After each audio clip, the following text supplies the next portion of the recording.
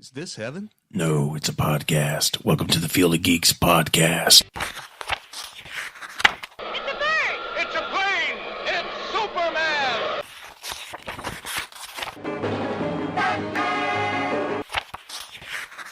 Hulk smash! Beware my power. Green Lantern's life.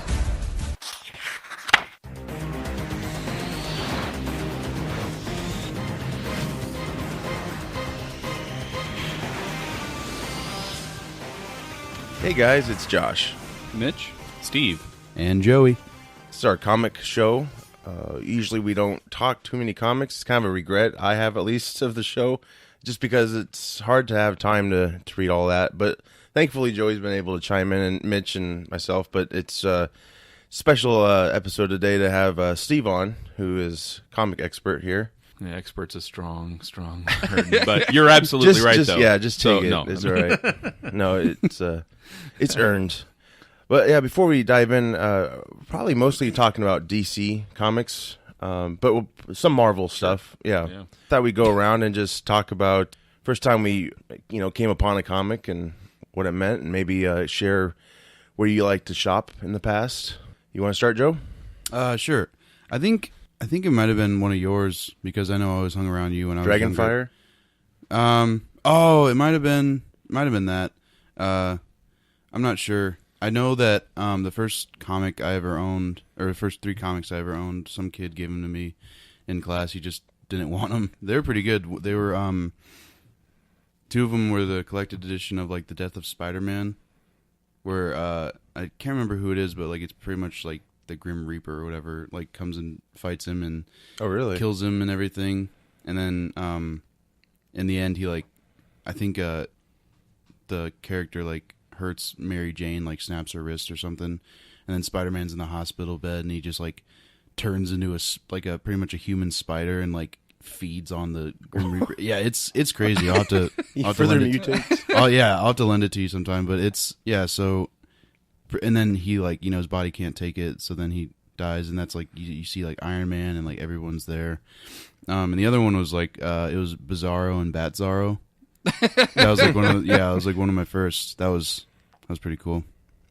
Cool. Yeah, that's pretty much it. That's an auspicious entrance into comics. That's auspicious. I was is it like this all the time? What's going on?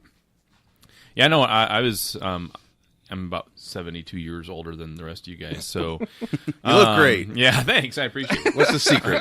Not bad for 117. Grecian gray. Right. Wish I had hair like Grecian. That would be nice. So, it's probably mid-70s for me that I first recall reading a lot, and Green Lantern was my first comic. My dad, as a kid himself, liked the Green Lantern. And so, that one kind of stuck with me for a long time. And, one of the first ones I got was the Green Lantern, Green Arrow series from the 70s, the whole social relevance thing, and so, yeah, it was pretty cool. So that, but the sickness didn't start until the late 80s and 18,000 plus comics later, we've settled down a little bit. A little bit. Yeah, and I grew up in the Omaha area, so Dragon's Lair in Omaha was the big stomping grounds, and it's still got 2 locations in Omaha, and it's been around since I think 74 or 76, something like that. Wow! So they've been around for a few days, and yeah, it was a good town for comics. I mean, that place has been around forever, and fun stuff, fun. Yeah, do you trade with friends or anything like that? Usually, or you just kind of kept it yourself? I kind of kept it to myself. They're mine. I was a selfish little kid. Yeah, I think I was too. Yeah. Actually, it was just wrong to assume that I had friends. So, thanks for bringing that up, Josh. I'm leaving shortest podcast Hello, ever. darkness, my friend. But my brother, I had a little brother, and so we would read those a lot and stuff, and Green Lantern was the first, but I mean, I was a huge Fantastic Four fan as a kid. I was around the John Byrne era, and of course Batman. I mean, every kid likes Batman. Oh yeah, who's that? He's from Acropolis. Oh, okay. You know Bat Zorro? Right. It's the opposite of Bat Sister Zorro. city to Metropolis. City to Metropolis. It's in Taiwan, oddly enough. But yeah, it's been a long time. That's cool. Let's see. I don't have as vast knowledge of background as you guys do. I started out with, it was in 6th grade probably. I know it wasn't this true 24th. Powerpuff Girls. He's a Bubbles guy. No, it was X-Men. Oh, nice. And before that, it was, Batman the movie with Michael Keaton. That one kind of got me into it. No, it was the 24th issue of X-Men where Gambit makes out with Rogue or something like that. And it kind of intrigued me because of the backstory that, yes, lots of tongue action in the comic book. It intrigued me because Rogue's powers could zap, but nothing happened. So... after that, it was going over to Xanadu Comics when they were around in Des Moines and getting the Gambit miniseries that was like a 4-issue special. I never got the 4th one, but that's what really... I know. That must drive you crazy. It does. Yeah. Still to this day. It shows the finish. Yeah, and I'm sure I can And I'm probably get done. it online, but that's where I started. That's For cool. the most part. Cool. That's cool. Yeah, I think the first time I remember seeing a comic, we had this store over here by Half Price store where that used to be. It was called Dot. It was kind of like a Walgreens.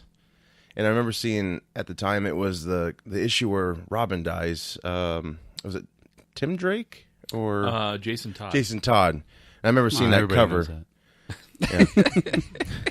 I remember seeing that cover, and I didn't buy it, but I was really intrigued, and I kind of understood at the time what was going around about the people basically wanting him to die. So Was that a call-in thing? Uh-huh. yeah, That was They a had a call-in? 900 number where you could call. And Yeah. It was like 1,000 some Hey, kids. votes that he lost. Just go on you want public Robin to die? just go out in public on a payphone, just like kill him, and then people are just like, whoa. Don't you have to pay for 900 numbers? Yeah, you did back then. Yeah. It was like $1.25 a call, something like that. I mean, it Oh, wasn't okay. crazy. It wasn't like the 900 numbers you call where it's like $9.99. How many for the times minute? could you vote? Is it like vote as is it much like as you American want. Idol? The weird thing is Jason Todd's own mom voted like 1,000 times. I don't know. So did the Joker, right? The Joker voted all at the end. Everyone called in and were like, die, live, click. Shit, my mom's here. Right. You get to actually talk to a live person? Or was No, it just was a recording. There was 2 numbers. There was a live number and a die number. Oh, okay. So America. No, but yeah, I remember gradually starting my comic book collection. My cousin was really into it. He took me to a lot of shops. Sadly, I'm sure they're all closed. Dragonfire Comics was the one I pretty much went to all the time. And there was a good period where I would go in there maybe once a week and collect a series, and dropped off after a few years. But I would always go back, especially when they had a new Batman movie come out, because they had a movie edition of the comic. Yeah. So I would always get those. I think we got the Batman Begins. Yeah, I remember I took you there, Dragonfire. It was the same day I think we saw the movie, and I understand why they stopped doing that because they gave away the movie pretty Right. much. But it was still pretty cool, and yeah, I kind of here and there will get some issues, and yeah, so I do have a good collection. I not as I don't have all the knowledge really, mostly anymore. I get everything from the movies. right. Like I didn't know anything about Iron Man until Iron Man came out, and same goes for pretty much all those secondary characters, I guess. Like Batman's always been my favorite. Sure. Superman, Flash. So yeah, it's just cool this day and age. Like you really don't have to read; just watch the movie. Although you do hear the fans say that's not what happened. Or I can't even read, so I just watch the movie and just, That's what's so great about comics is that you can just look at the pictures, kind of like Playboy magazine, If you can't really read, you can at least see the boobs. I'm reading. Not anymore. In Playboy, Oh. that's for sure. Watch them go the way of the dodo. just read Dark Knight 3. Have you read that yet? Wonder Woman is like breastfeeding her baby, and it just shows her boob. Like, Really? yeah. Superman on the other breast. I was really. I don't even think he's there yet. It's Frank Miller. It could happen. I don't Yeah, know. for real. She's like, stop squeezing. I was really surprised. I was like, oh, that happened. There we are. Now, this is a really weird question, but can artists get themselves turned on by their own drawings? Yeah, probably. I mean, maybe. I prefer not to think about it. Yeah, I don't really want to, but I've always wondered because I only draw stick figures, and No. I don't. You guys know what I'm talking about? No, we're just joking around. We're all joking. We're all guys just joking around. So yeah, let's dive into the DC verse, the history, and maybe some similarities that the comics, the movies have shown from the comics, and vice versa. Yeah. So if you want to, yeah, and I have a question actually though. So I mean, it's kind of cool to hear that people have sprung onto comics from the media, which is a natural deal. I mean, you hear a Batman movie comes out, or whatever, and people start diving in. So as a person who was into comics well before good movies were released, yeah, right, exactly, about comics. Oh God, yeah, right. So I am from that era of really the only, and I say it now in quotes, good movies are like the Superman movies, in the 70s, at least the first two. It was hard to find anything on TV that was good. I mean, the Captain America TV show, horrible. The Spider-Man TV show, horrible. Stock footage of him climbing the same building every single time. I mean, it's so I mean, for me, it was comics. So then you turn into this complete nerd who, well, that's not how they do it in the comic books. That's not how they do it in the comic books. So for someone who doesn't have that bias, how do you feel about the movies versus the comics? Right. I think the movies now, the good ones, yeah, they are more faithful in many ways, probably because they use comic book writers from the past. Yeah, those first movies must have been hard. I mean, they were even hard when I wasn't like really into comics, but you still wanted to see those characters. Right. Like I remember being in a comic book store, and my cousin looked, pointed up and he said, "Look, check that out." It was like Dolph Lundgren Punisher on VHS, no skull on his shirt. And I was like, "What the hell is that?" But I found out recently a lot of those properties back, like I guess Marvel at one, and you might know more about this, but supposedly they were going to have to file for bankruptcy, and Stan Lee sold movie rights off to studios, and basically these studios, not really caring if the movie was great, just wanted to up the renewal to have the characters longer, so they would make shit movies, basically. Yeah. And like the Roger Corman Fantastic Four, I've actually seen that, and yeah, it is pretty bad. I heard that's better than the new Fantastic Four. Yeah, it's debatable. Is that the 1990s version? That Yes. always Early leaks 90s, out? right? Yeah. And, It's Glover time. and the Punisher was a dark, the Dolph Lundgren one was a dark movie. I just think the look it was missing, but obviously it had flaws. Is Because he still blonde? What? No. Okay. Thankfully, no. So But they had hair dye back then. they had They lost it. Louis lost Gossett Jr. was in it. I remember that. Oh. He was his partner, and yeah, and I do remember seeing footage of the Spider-Man show. He had the web shooters were bigger than his arm. Right. It was like a Rob Liefeld gun. Yeah. I mean, it was just a huge monstrosity. Right. I think Batman obviously was the movie, and it lives up in a way, but it really didn't give you Batman like we are, I think, hopefully about to get. Sure. I mean, the Christian Bale was great too. Can't take that away. But yeah, that was a huge movie. I remember at the time. I never got to see it in the theater, but the minute I did, I just watched it repeatedly. Right. And then they had that Captain America movie come out. I was a big fan of that. It does not hold up. Right. I've watched it, and I'm like, Is that where he has Jesus. the big motorcycle helmet? No, that's the 70s TV that's show. a TV yeah. show? Yeah.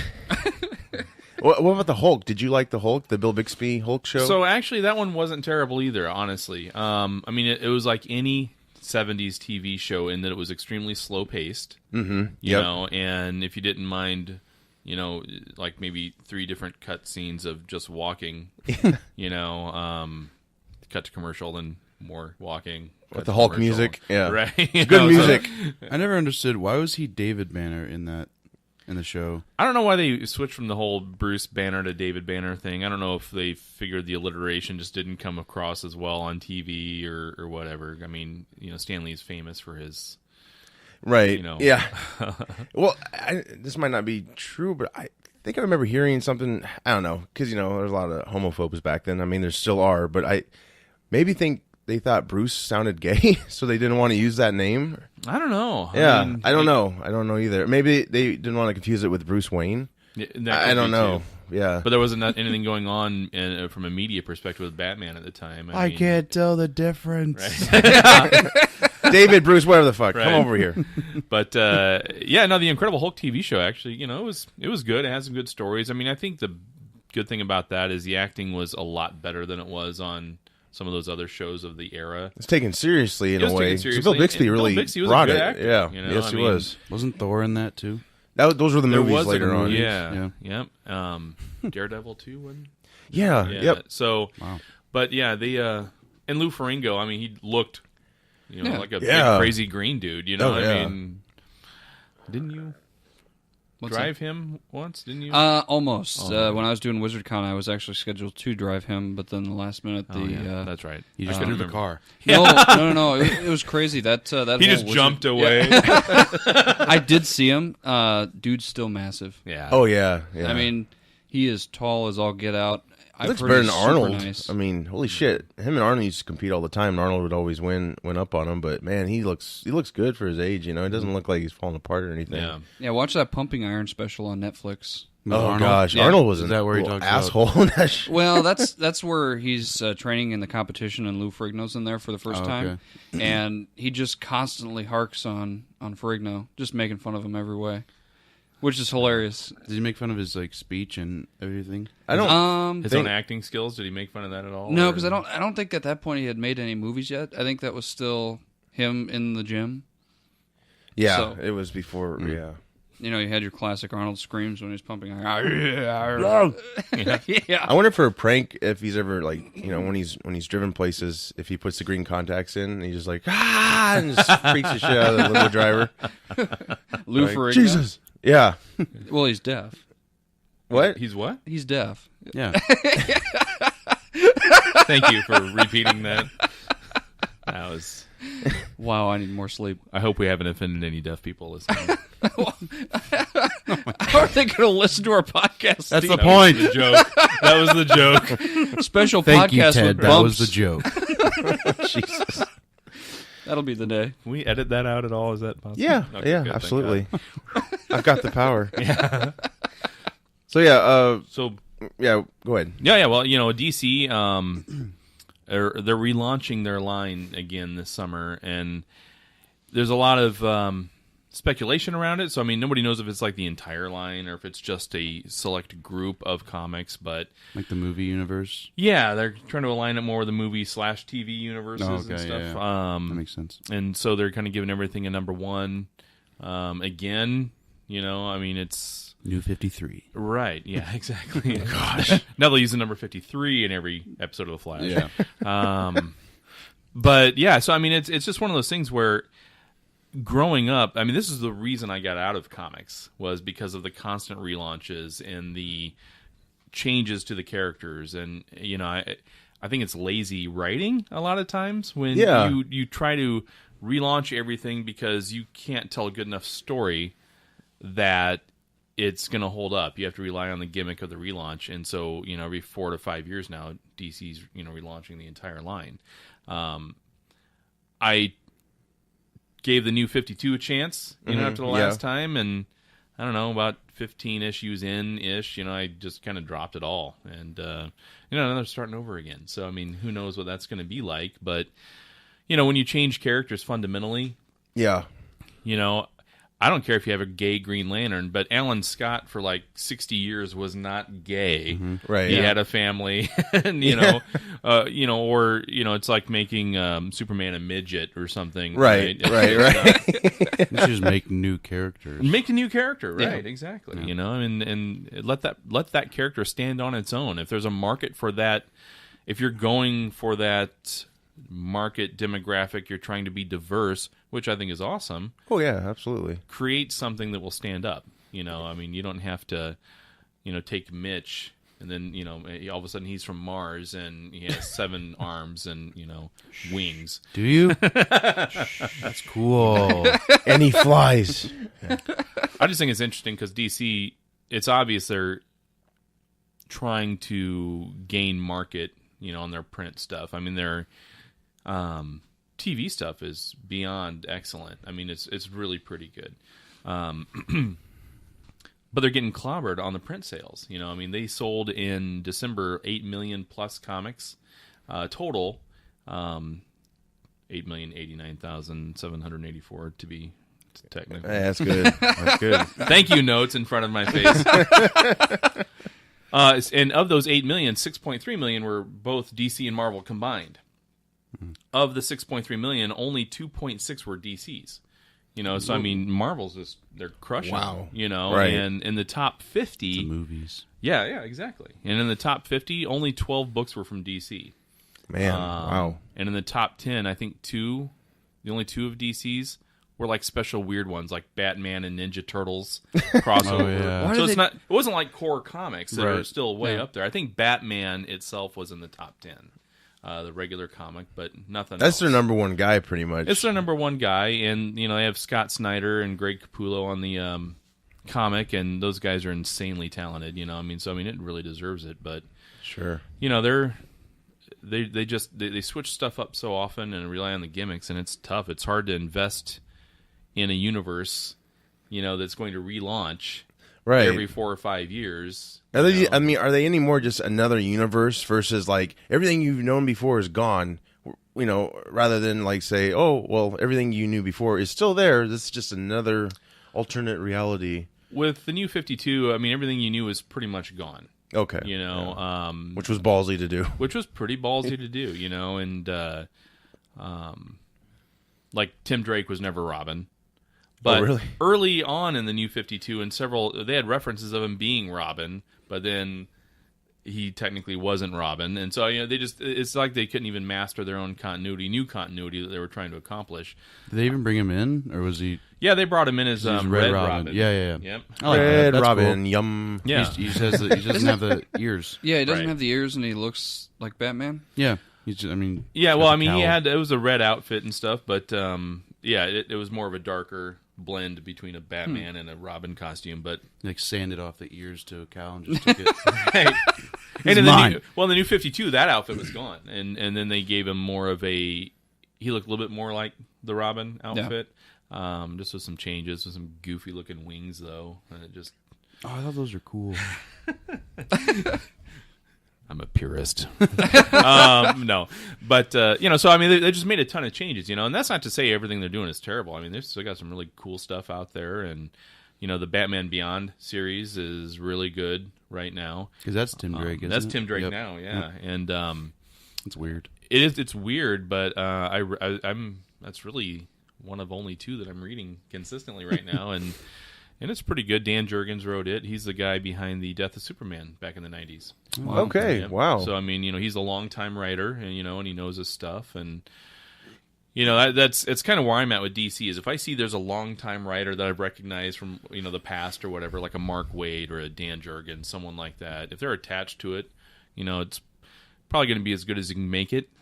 Right. With yeah. those guys. Yeah. But it's just that TV universe, film universe shift. They've always kept that stuff separate, and they're trying to blend it. So I mean, I think it'll be interesting to see how they do it. What was your first memory of when they did a reboot? Was it Marvel? Was it DC? It was my first memory of it was Crisis on Infinite Earths back in the 80s. Oh, Okay, wow. so that's how far. That's probably when it started. That was like that's the biggest one they did. They really depowered Superman. They went straight from that to the John Byrne Man of Steel series, miniseries comics, and no longer could he basically juggle the Earth, and They made him a little bit more down to earth a little bit in a more. way. I mean, he was Yeah. still Superman, but I mean, it was. I mean, how do you defeat a guy who can do Right. everything?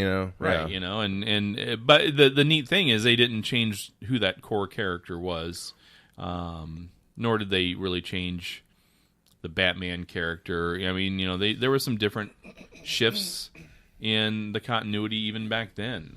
Jason Todd went from being the Robin who was chosen because he stole the tires off the Batmobile. Or, I'm sorry, that's what he became. Before, he was a very much like a Dick Grayson clone. He was an acrobat and all this stuff. Sure. Yep. After post-crisis, he was lifting the tires off the bat. I don't know if there was a demographic they were trying to get to troubled youth or... Yeah, who knows? Let's fix these kids. Steal tires and you'll become a tires, and you superhero. can become a superhero, too. Well, that reminds me, because at one time, and I forget the guy's name, but they went after comics really hard. And that maybe it was the 70s, late 60s, maybe, where they accused them of basically creating 50s and 60s. That's where the comics code bad came influence from. on kids. Right. Yeah. And so, it was a different era, but and it wasn't until the 70s that they started taking more liberties for more adult-themed stuff. That's not to say... it's not maybe as hot as Rogue and Gambit making out. But like the... Very memorable. One of the first things there was like the Green Lantern, Green Arrow social relevance period. You have the cover with Roy Harper, who is Green Arrow's sidekick, shooting up heroin. Yeah. Right. That was a huge, huge deal. And... Is that where all their powers come from? that's where all my powers come fly. from. Right. Now, why did they come up with this comic sense. code back in the 50s and 60s? Were people trying to jump off roofs thinking that they could be superhero? I don't know if it was just, you're in a nation at the time that was maybe more grounded in their religion and the family values and that sort of stuff. But, the hysteria was obviously dumb. Yeah. But, the industry caved to it, and that was just a product of the time. So kind of like when Elvis wiggled his hips on stage, that caused a stir. It made us all melt. Yeah. Yeah, like butter. Everyone. Everything's wet. Everyone. I wasn't even born yet, and I was like, whoa. And you knew. You knew. Yeah. Right, exactly. But There's a disturbance. yeah. So Wives What's everywhere happening? looked over at their husbands. Why can't you do that? I'm growing a third leg. right. The you're force all is shook strong Mom! with this Mom! one. You're like running around, Mom. Get away. Yeah. It's funny the amount of kids that were born after the Elvis era, but yeah. So it's that was a scary time for comics. The sales went down a ton, but the back to the question on my first reboot was the Crisis, and that's where Barry Allen died. Oh, wow, yeah. That was the one, Crisis number 8 of the series was the one where he loses it. And it took me a long time to find that physical comic. Really? Later on, when I was, trying to gain a collection back. Because I remember reading it at the time, and I lost all those things. I didn't keep any of that stuff. And so when I was going back to fill the collection, in the probably mid-late 90s and stuff, I was searching for some of those old things, and it took me forever to find Crisis number 8. I finally got it, But Wow. yeah, that was a big deal because Barry stayed dead for a long, Right. It wasn't long like Death of time. Superman. Right. How does he go? The Anti-Monitor, he just kind of runs so fast, he just kind of turns to Oh, okay. dust. And Flashpoint kind of covered that, didn't it? No, it was. Maybe I don't. Maybe there it was- did, but there was a Young Justice episode. I don't know if you ever watched that, but it was the last episode of the That's series. what I was since thinking it got- of. Since Yep. it got canceled, they all had to run around like some mechanism that could destroy the Earth, and I think it was Flash and not Impulse, but Kid Flash were running, and then Impulse came in and tried to help, but they they were too fast for him, and he kind of just turned into nothing and died. Wow. Yeah. Yeah, that was one of those things where when you died in a comic book, it meant a lot more than it does today. Where it's not a matter of if they're coming back; it's just a matter of when. Yeah. And how are they going to do it? And Yeah, sometimes it's that's predictable anymore. It's predictable. And, the death of Superman, while it was a big deal, if you were a comic collector in the 90s, you knew he was coming back. Right. It was just a matter of how. Yeah. But then you had the speculative market. That That was the only time I'd ever seen Dragon's Lair with a line outside. Oh, it was crazy. It was It's insane. on the news, everything. Like, Yeah, and I'm thinking to myself, this is awesome for the short term. I mean, if I'm the owner of the Dragon's Lair, I'm loving what's happening to my store this week. Yeah, but come on in. That's not sustainable, and exactly. and so that's kind of where a lot of that stuff started with. You have to, and DC's really latched onto that. We have to reboot all the time and keep the gimmicks because we just can't be a Marvel where we can tell some consistent stories. Yeah. With these characters without fundamentally changing them.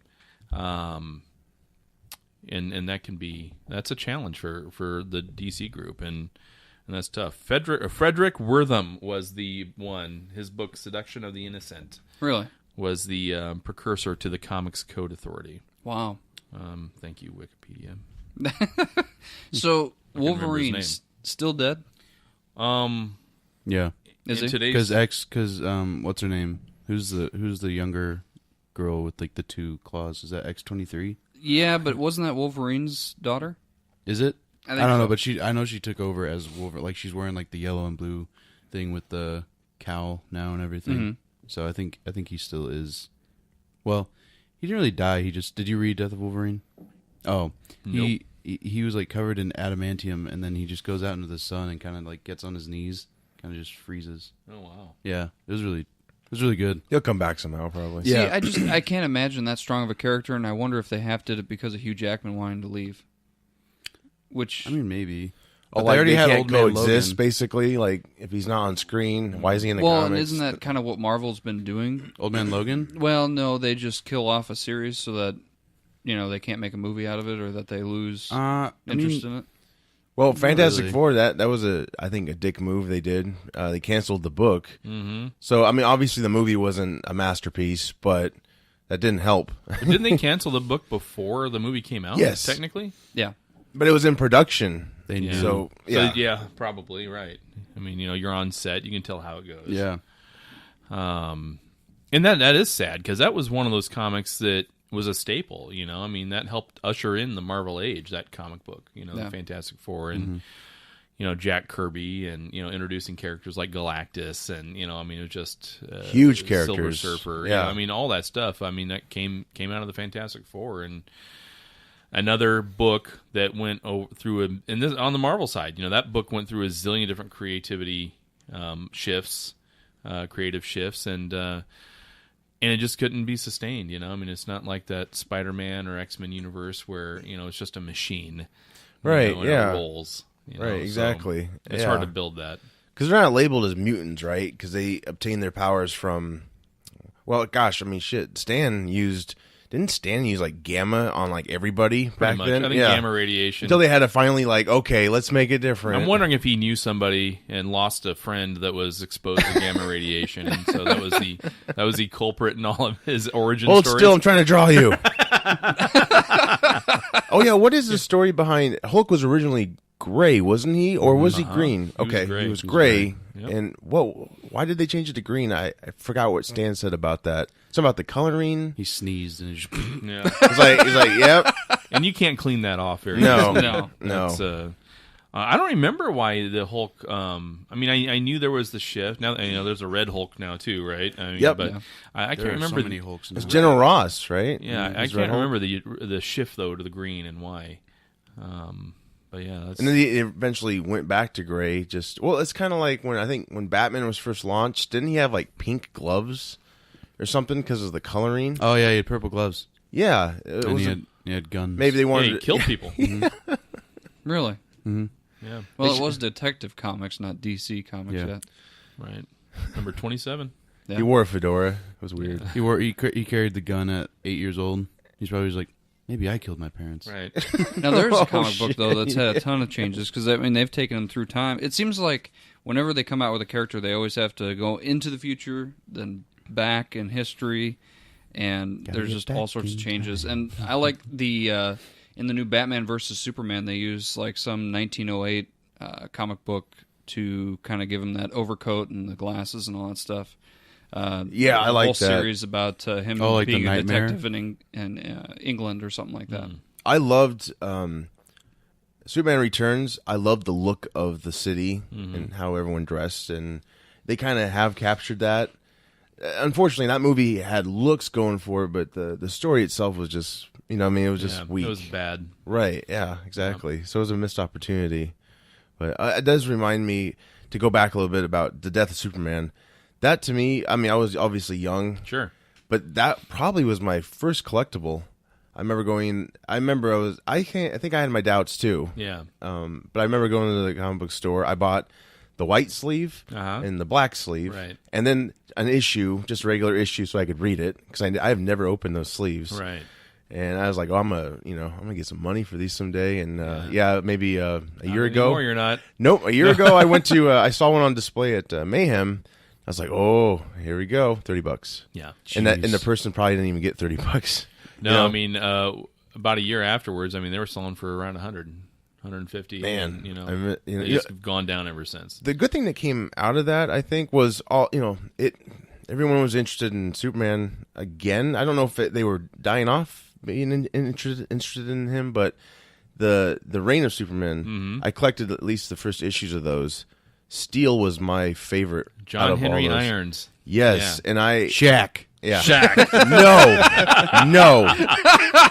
Hey, Superman. Oh my gosh. I'm that comic, even the first issue could be a movie to me. Yeah. It was so epic because he's saved by Superman. And then when Superman dies, he feels he's obligated to, even though he's human, it's kind of like an Iron Man in a way. Sure. And if they did it today, they could definitely do it like how they do it with Robert Downey Jr. Right. Because that whole trick they've used, the Hollywood magic of, because if you just saw him in a suit, a CG suit, you couldn't really relate. But then you see his face, and you're like, it just works. And I remember when that Shaq movie came out, which is probably another example of, hey, it's a shitty script, let's just make it. He had no S on his chest. Yeah. And it just looked silly. No cape. Obviously, I get why they didn't want the cape, but yeah, it was come back. You could do it again. Was this Shazam that you guys are talking about? No, it was called Steel. No, you're thinking of Kazam. Oh, yes, Kazam. I am Kazam. Sadly, that movie might be better than Steel was. I'm not sure. Oh, that's right. I forgot Shaq was Steel. Yeah, I still have it on VHS. Where have you been? Welcome to the conversation. Hello. Oh, gosh. Anyway, I remember at the time it was that movie was so badly received because I used to watch Siskel and Ebert, and they wouldn't even review it. And I think later on I realized, they probably just didn't screen it for the critics. Right. There was a reason for it, but it was such a missed opportunity. And the comic was great, and the character was fantastic. That was probably in your opinion, is that the best out of the four, or which one did you like? I think it was overall the best out of the four. I think Superboy. That incarnation of the character was fun. He was hilarious. He was, just a sexist little pig, and but he was funny. And he still did good stuff. And he had a cool haircut. Yeah, he had the whole leather jacket, haircut. right? Yeah. He looked. It was a cool look at the time, and even when they gave him his own comic after Superman returned and stuff, it was really good. It was very well drawn and well written. But Steel was phenomenal, as far as a comic book character. Yeah. And it was for a big event, that DC threw out there.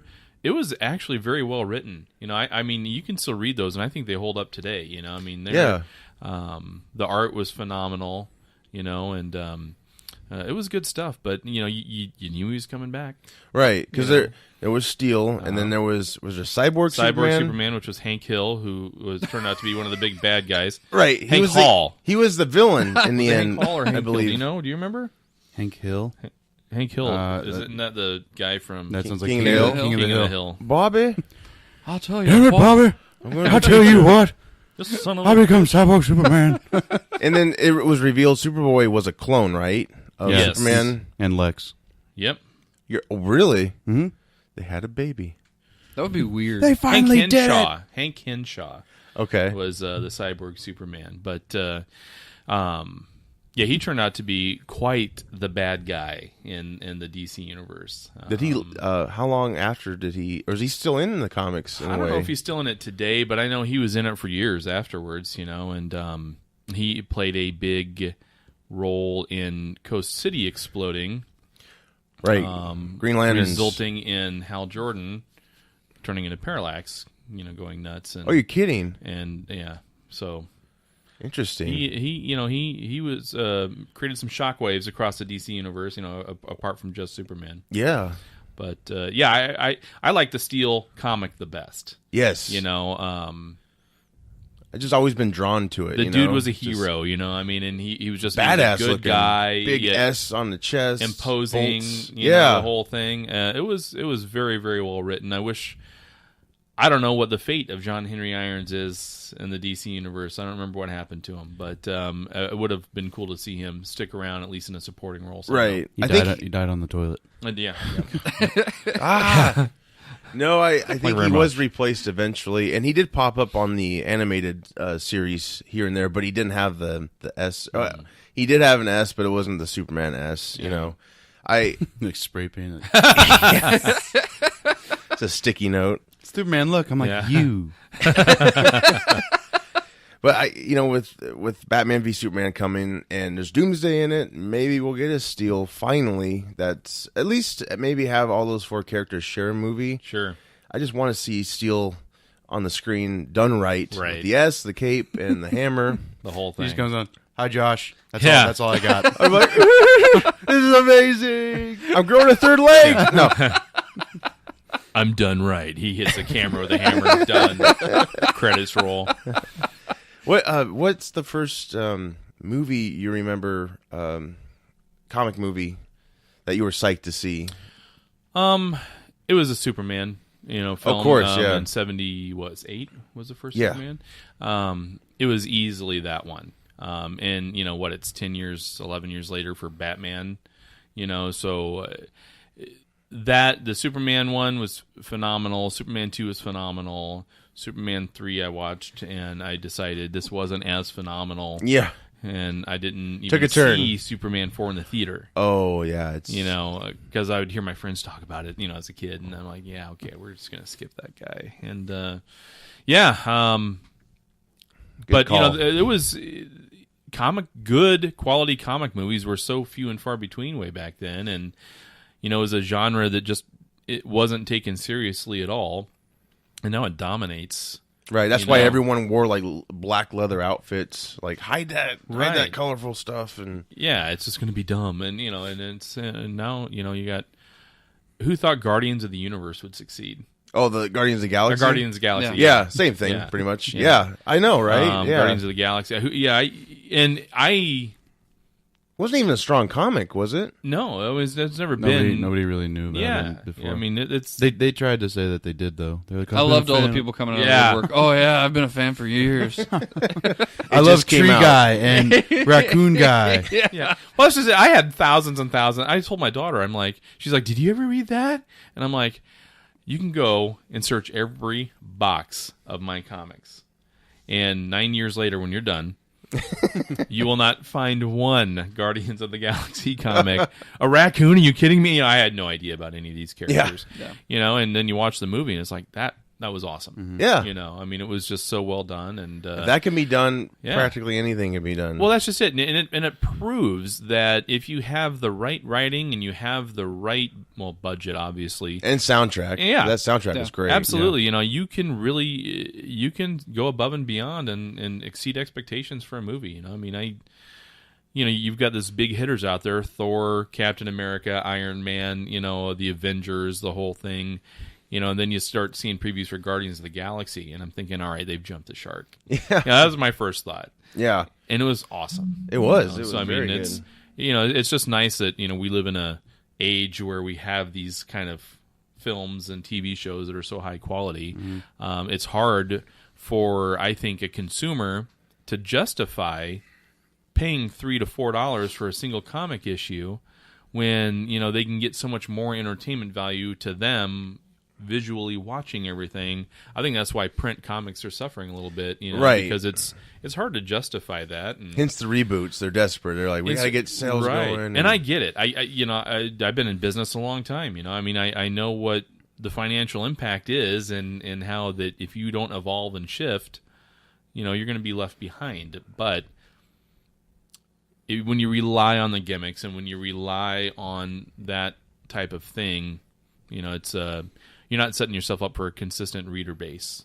Right. It's hard to stay with that. And as a guy who always thought I'd spend $200 a month on comics like I used to, and I spend now is almost $0. And that's too bad. And right. I wonder how many other people they've lost that were big collectors and that sort of thing, just because you're always shifting everything. That's the problem with technology as well. Is why print's going out. There's still a fun.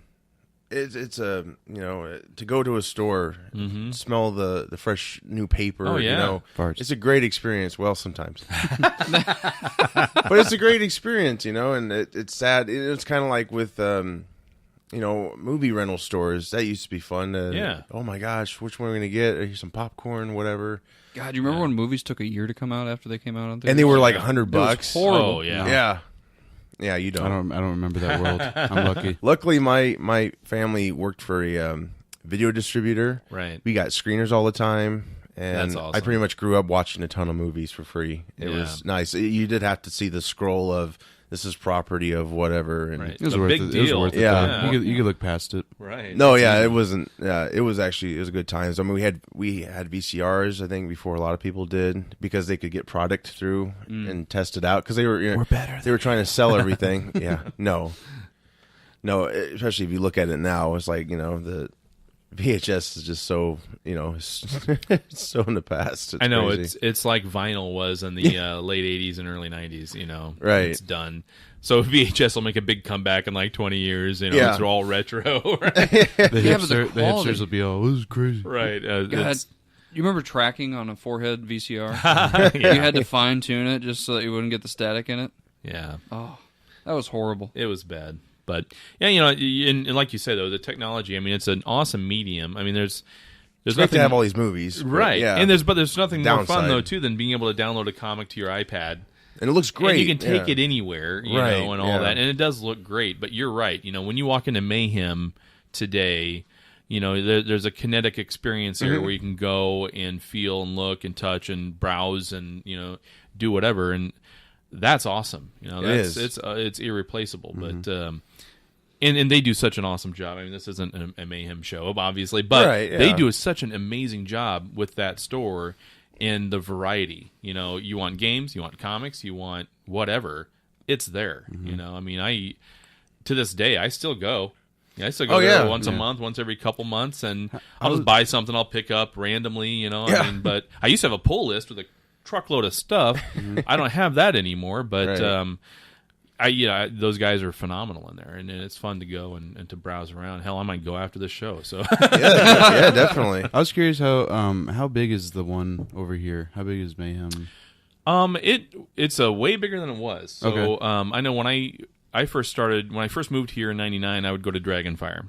Yep. I didn't know Mayhem was right down the street. Right. I mean, I was driving. I didn't by. either. Yeah. I'm like Krispy Kreme. Yeah. So there's Dragonfire a few doors down, right? Right. I'm like, Might hey, as well. Shit, a comic book shop, right? So, I really need donuts. right, yeah, donuts, comics. Oh, I mean, Stop touching the product. right. I was just in a diabetic coma reading, and it was amazing. So, So are you gonna buy those? yeah, You're just looking at your no. yeah, I'm not. I don't have any money.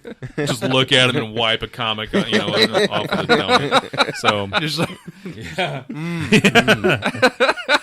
you're gonna keep bothering me, son.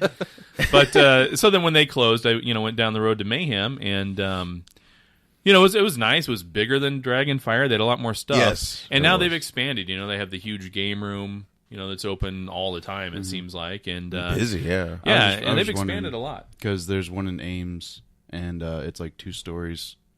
Isn't that their main location, like the first one or something? And I don't they know. I thought opened it up was. the Des I Moines? thought it was this one. But I actually don't know. I think it might be. might be. It's yeah. on Lincoln, so it's like right in the middle of. Of course, the one over here is getting bigger all the time and remodeling, and it's really cool. Yeah, it's really cool. They got that back room now with all the back issues and the walls of trade paperbacks and Yeah. stuff. And there's if you want anything printed, it's there. I mean, there's a Batman storyline that I want that's out of print, but I always go there and look just in case they have a trade of Yeah, it somewhere. right. But they What is don't. The Batman: A Lonely Place of Dying. It's where Tim Drake discovers the Batman's identity and turns into Robin, becomes Robin. Oh, okay. Wow. Yep. So it was a crossover with the Titans. So Gotcha. Dick Grayson, you Yeah. know, kind of played a role in it and all that. It was just a phenomenal comic story. It was a good story. So I have the individual issues. You know, I read those recently a while back. You know, just because I don't have I'd rather have the trade or something. You know, I know it's convenient. It's all there. It's convenient, and I try to be very careful with the old stuff. You know, so exactly. you know, I don't want to get too crazy with it, but. Yeah, Mayhem's just a phenomenal story, and you're right. I mean, it's great to go in there and actually physically buy a comic, and you know those experiences are priceless. I mean, They they are. really are. You don't have to spend a dime. You just go in there, and you know. Yeah. Although that's hard. I got just to 100 go in comics there. on my phone. Yeah, right. Now, right. On I my know. app, you know, and as convenient as that is, it's not as fun. Yeah, You know, it's just like the movies. You know, the Right. movies are great, and but they have a downside. You know, Yeah.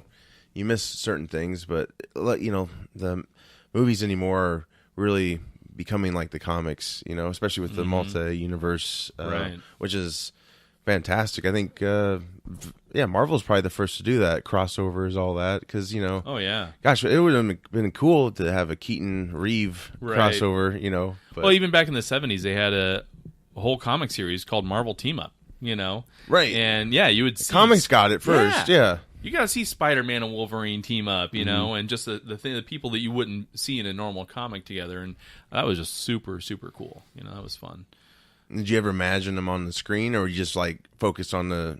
I love the comic itself? and I would have loved to have seen something like that on the screen. You know, I mean, back then, and this is even pre-Superman movie, you know, your biggest access to any sort of comics on a screen was the Super Friends, you know.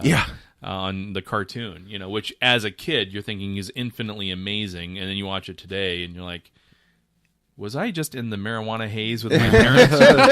You know, what Purple happened haze. there? Right? Weed is tight. Exactly. Weed is tight. Weed is tight. Isn't... Wasn't Batman, like, jolly in that show? Like... Oh yeah, I mean, Smart. lots of nothing smiles dark, and- nothing dark at all. Yeah, Come on, nothing old dark. chum. You know, Nothing My dark. parents are dead.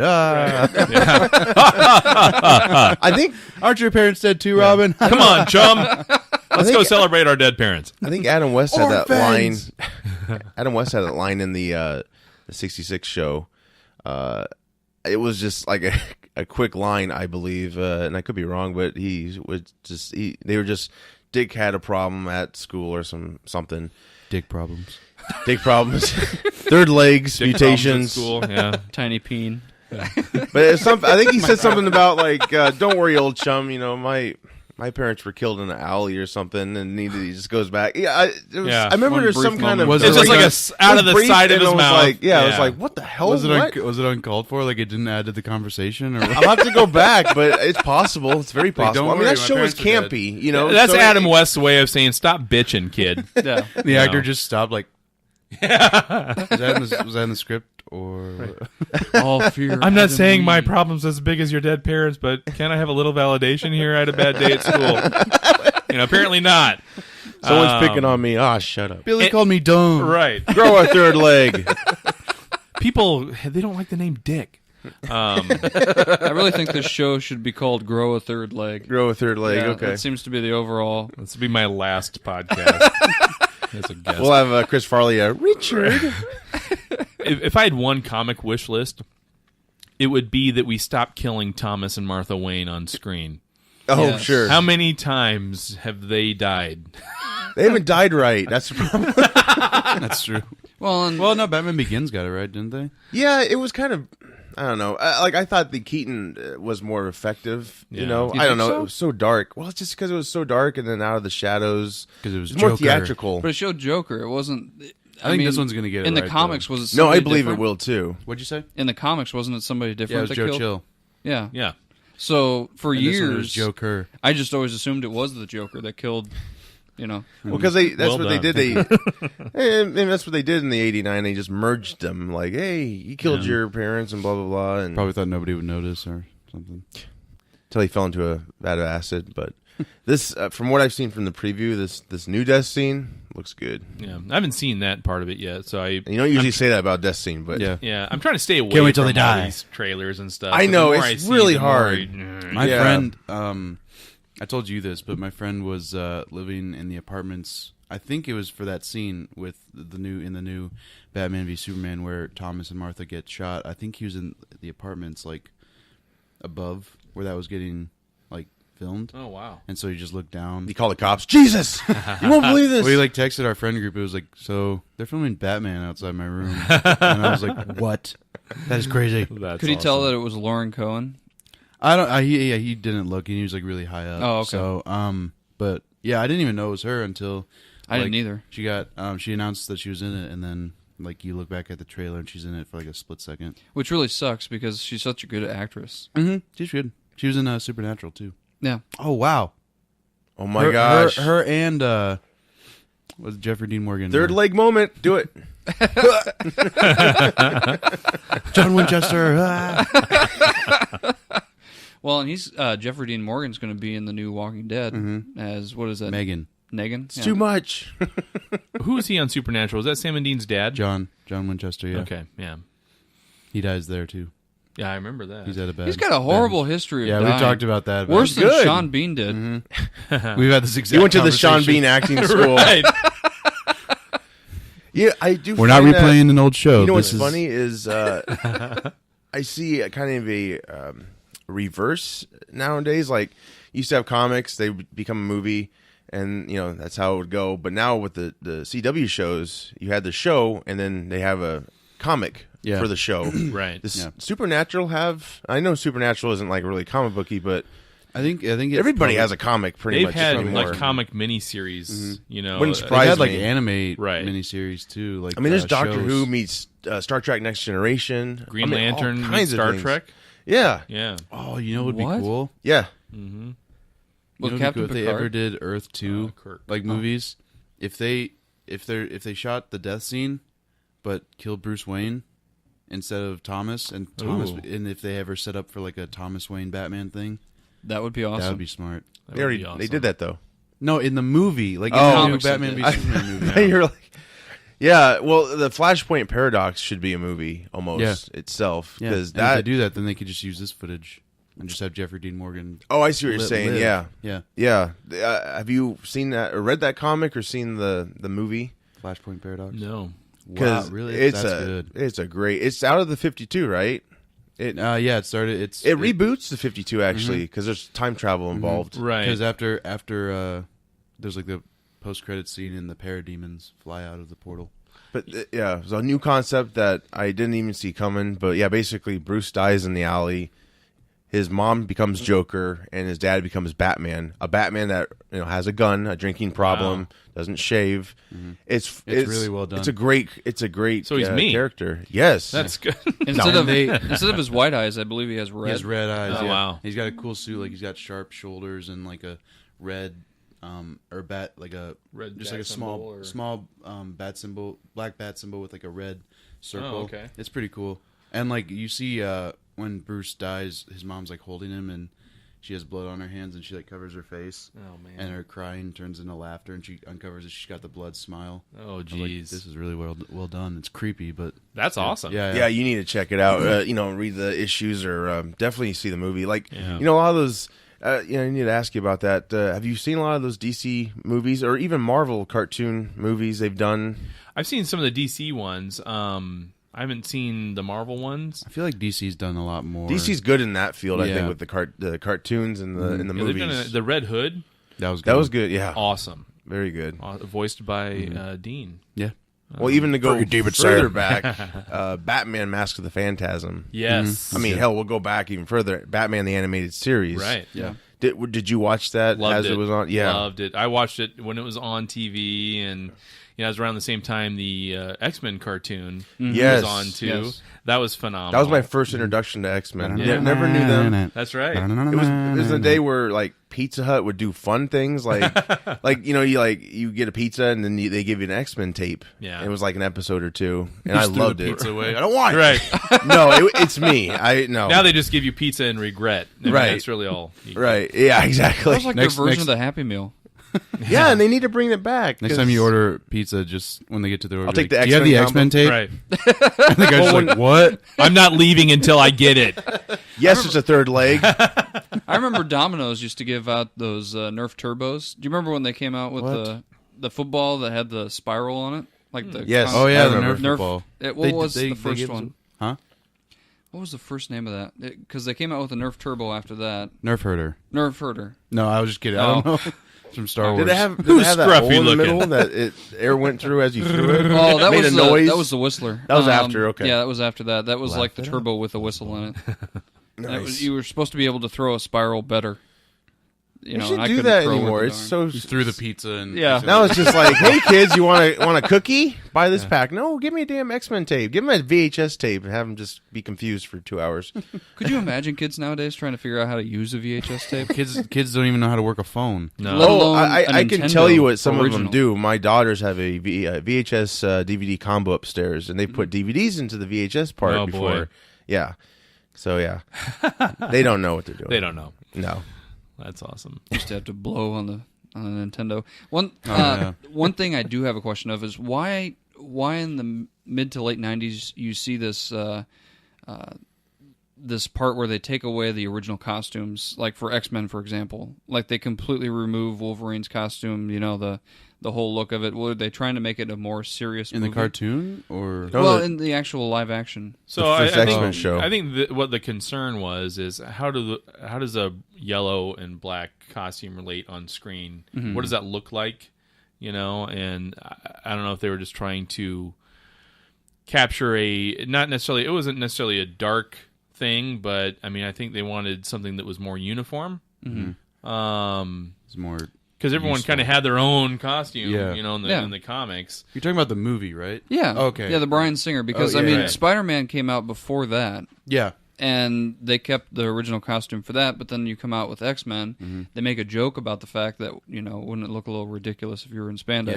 Yeah. I couldn't take it seriously. I think Is that what it is? I think Spider-Man came right after X-Men. I think Oh, did it? X-Men was Okay. first. I think if I'm correct, just because I remember it was like a big jump. You know, it was like black leather outfits. Right. It's Spider-Man. That's Spider-man. You Yeah. you know you're Can't not take that I away. mean, that's Wearing- basically what they did, for me at least, is it was just just tactful. made a It was suit. just useful suits for the X-Men. Yeah, I mean it was uniform, and I don't know. I The would've Matrix liked was to have seen- popular. right? You know, I mean that was I think it was just kind of the They did that a lot victim with of the colorful time. characters. Like Right. when Daredevil was on one of those Hulk movies, he was all in black, and people bitched about that. But the funny thing is, in the new Daredevil show, he was dressed like that pretty Mm-hmm. Oh, yeah. much. And then when he lost the outfit, people were like, "Oh, I kind of like that outfit." Right. It's like, well, if you go back 20 years, you'll Yeah. see. Yeah, They're like, "Did you see what you picked out when you wore today?" I was like, Well, yeah. "No, I didn't." and even the 1989 Batman film, right, with Michael Keaton, it was an all black suit. first And- time ever. Right, in the comics, you know, it's a dark blue suit with gray,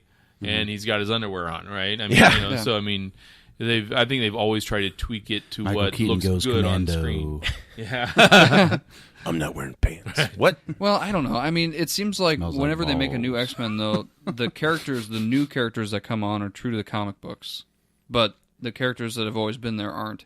So, like the X-Men with the Magneto version or whatever they wanted to call it after Wolverine's own movie. I mean, they had the original, you know, blue and yellow suits with the X on it. Oh, the first yeah. class. You know, the first class. Yeah. And now I think the went only back. way to do it would be a complete reboot of all the characters, the original X-Men. I believe that too. Sadly, I mean, I like the cast, but this is a problem I've kind of had with Singer coming back. Like I think he brings a lot to the table. He does. But the costume designer he chooses was the same one who designed his first two movies. First Class had Matthew Vaughn come on as director, and they gave us those brighter outfits. And The they were, original look. yeah, and they back. were really cool. and it looked awesome. It right. did. And, Right. you know, I guess Days of Future Past, when they go to the past, they're never in outfits. They're having Magneto those- is. Yeah. They're bringing him in for Apocalypse, though.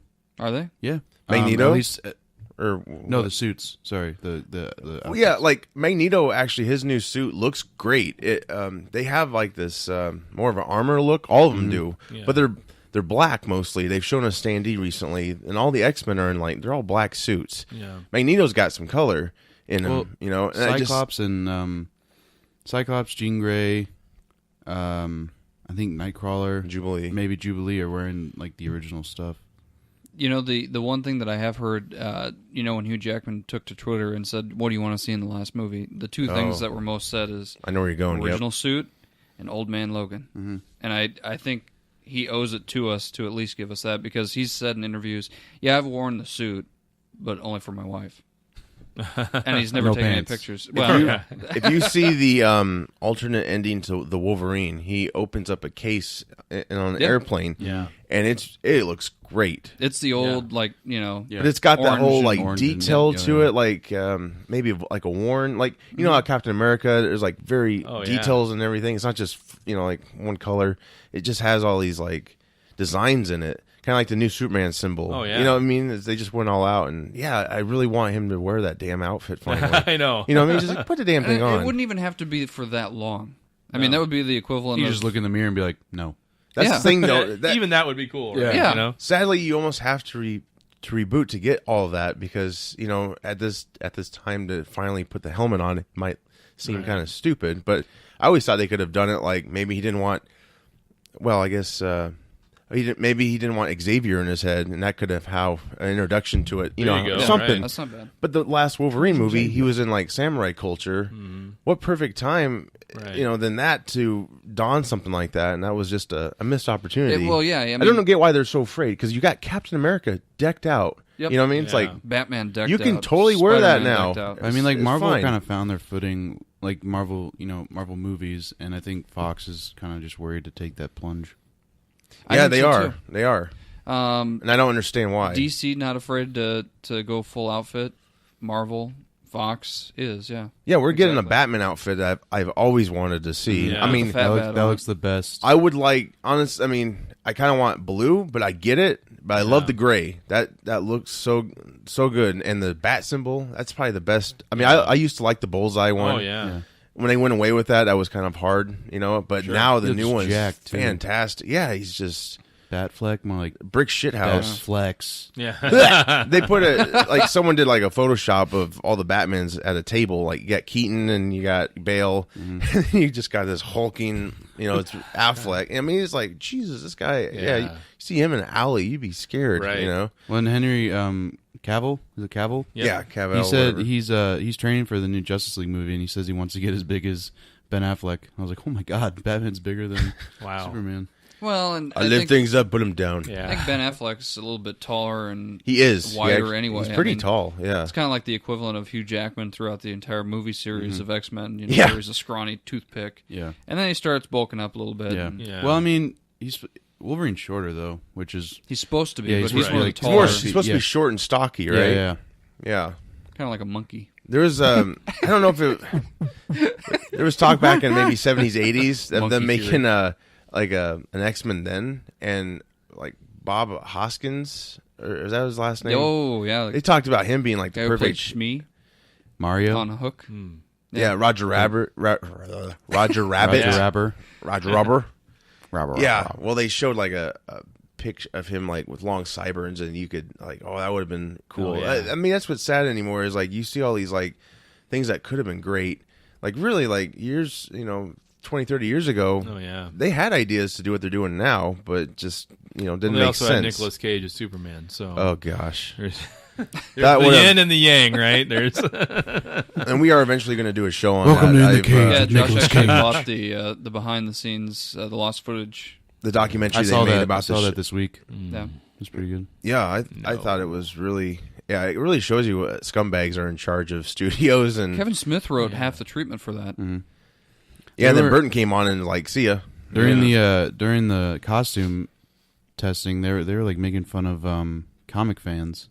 What? Yeah, they were like, I think he wore a suit, or was like wearing like a normal like blazer and everything.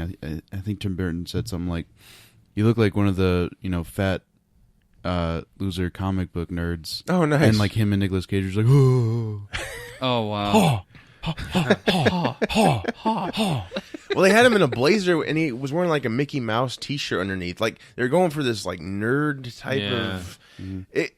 I could see it working, in a way, but he had long hair. It was just weird. It was Superman had long hair too." Yeah, but it just didn't look good on Cage though. It was just the looked Fortress like of Solitude was going to be a ship in outer space, and weren't they going to have Brainiac or something like that? Brainiac was gonna be like a Spider-Man. like an actual like head, and then just like spider legs. Bullet dodged. Yeah. Really. You know, I mean, The concept art looked really There cool. was some cool stuff like Yeah. Brainiac's ship they Yeah. constructed, which, I mean, to give a little bit away, it was a dick move. Like the modeling department modeled this thing. It was I think it was in a case. It really looked great. The studio heads, one of them came in days before they shut down production, like permanently. These guys had no idea, though. They thought they were going with the movie. These guys, these executives, just came in, just like acting like they're just checking on things. They knew what was coming, and they just said, "Hey, can we borrow this model for a presentation?" So that's how they got the model, and and I think someone has it now. But they took that model knowing this project was canceled. Yeah. They just wanted the model. Oh, jeez. Dick moves, but it had a lot of cool things going for it. But maybe just to wrap up, is there any? I mean, so much knowledge about comics to tackle. I mean, we should almost do another show down the road. But for now, is there any issues like from your experience that you'd recommend people picking up and checking out?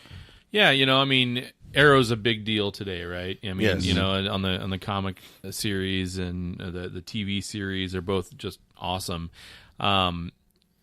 One series that stands out in my mind is the Green Arrow series from the 80s into the early 90s. Mike Grell was the writer, and it was mature audiences title.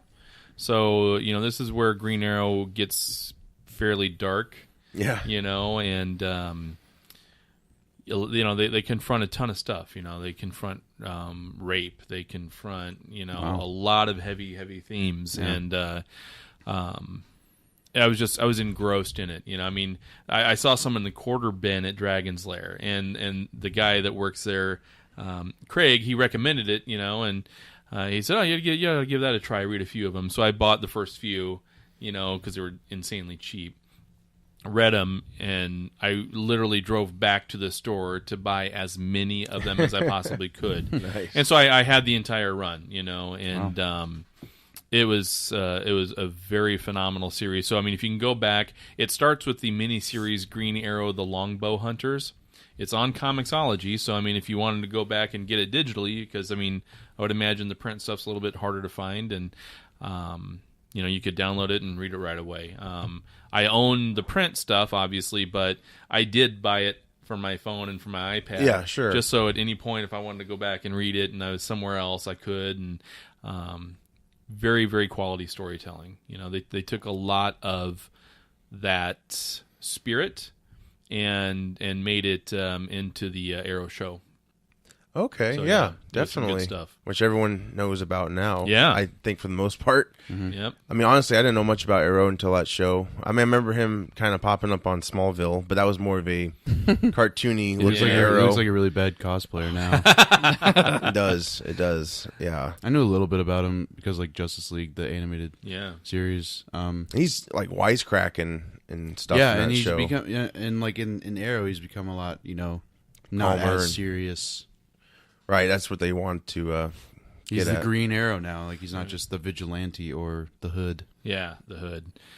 But it was a great series, and it's the DC version of Green Arrow at the time. I mean, he's in his 40s. He's got the blonde hair and the goatee and the whole thing, and he lives with Black Canary, and she wants to get married, he doesn't. It's just it was Never get married. right. I mean, there were some really adult themes in there, and it slowed it down. And I think Mike Grell's big direction was he didn't want it to be a flashy superhero comic. He still had the outfit, and he still was Green Arrow, but the Hal Jordan appearance, they went camping. Hal Jordan never turned into the Green Lantern once. Just about the two buddies hanging out. And it was really awesome. Just guys being dudes. Yeah, that's what. Yeah, and it was. I liked the realistic approach that they took to that comic. And then That's how you do new stories, honestly. You know Yeah. what I mean? Take a little break from what you usually see, as long as it's good. Right. Instead of rebooting it, I think that gets tiresome eventually. People won't probably want to invest because they're like, well, this isn't going to last too long. Well, that's just it. you read these characters for years and years and years of your life, 30 years for me, and then things start getting rebooted over and over and over. It's like movies. Yeah, they're the same characters, but they're almost unrecognizable in some of the things that they do, and it's just continuity means things to people. It does. It does. And there's some people, they don't care about it, and that's okay. And no one's wrong, but it is tough when you're changing the fundamentals of a character and turning it into something else. But the ones you loved, got you. Absolutely, the ones that you got into. And I mean, in the 90s when they turned Hal Jordan evil, you talk about going ape shit. I was not a happy camper, but I didn't stop collecting. Right. And eventually Hal Jordan was redeemed, and and he was back to a hero and the whole thing. But that was a dicey time, and especially when that's your favorite character. But it actually created for some interesting stories, and they didn't reboot. Yeah, right. They created interesting stories, and they kind of stuck to their guns, and you have to allow for that. And Flash is big on TV today, and it's excellent. It's an excellent program. And my favorite Flash was the 90s Mark Waid run, where Wally West was the title character, who had taken over for Barry Allen, because Barry's been dead. That's right. Crisis. Going back to the Crisis. Yep.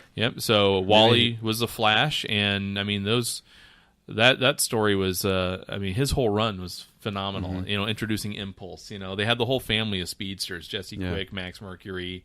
It was that was a fun era too. So those are good ones to check out. The Wade era, maybe, of the Flash, and the Mike Grell Green Arrow run. Yeah. Those are really good stories. Awesome. Well, yeah. Thanks a lot for being on, and yes, sharing your knowledge, and we definitely need to do a follow up. I think there's so much to take in. You can talk about the Silver Age and all that great stuff. Yeah, I'll bring some in next time too. That'd be sweet. Yeah, definitely.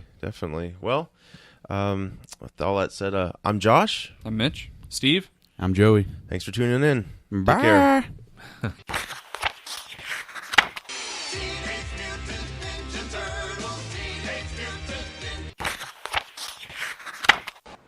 What do you gotta do to get comics around this place? One side, Red. Hey, what the hell's going on here? I was warned about you. Take it easy before I have you removed from the Warned? What the fuck are you talking about? Tell him, Steve Dave. Fuck you, fanboy. You two just... Look, who's in there? You gotta ask me nicely. Fuck this. Oh, Jesus Christ. Brody, get the hell out. Come on, you fuckers think that just because a guy reads comics he can't start some shit? No, I'm not going anywhere until I find out why I can't get my comics. Why is there a line? Stan Lee signing comics. Stan Lee?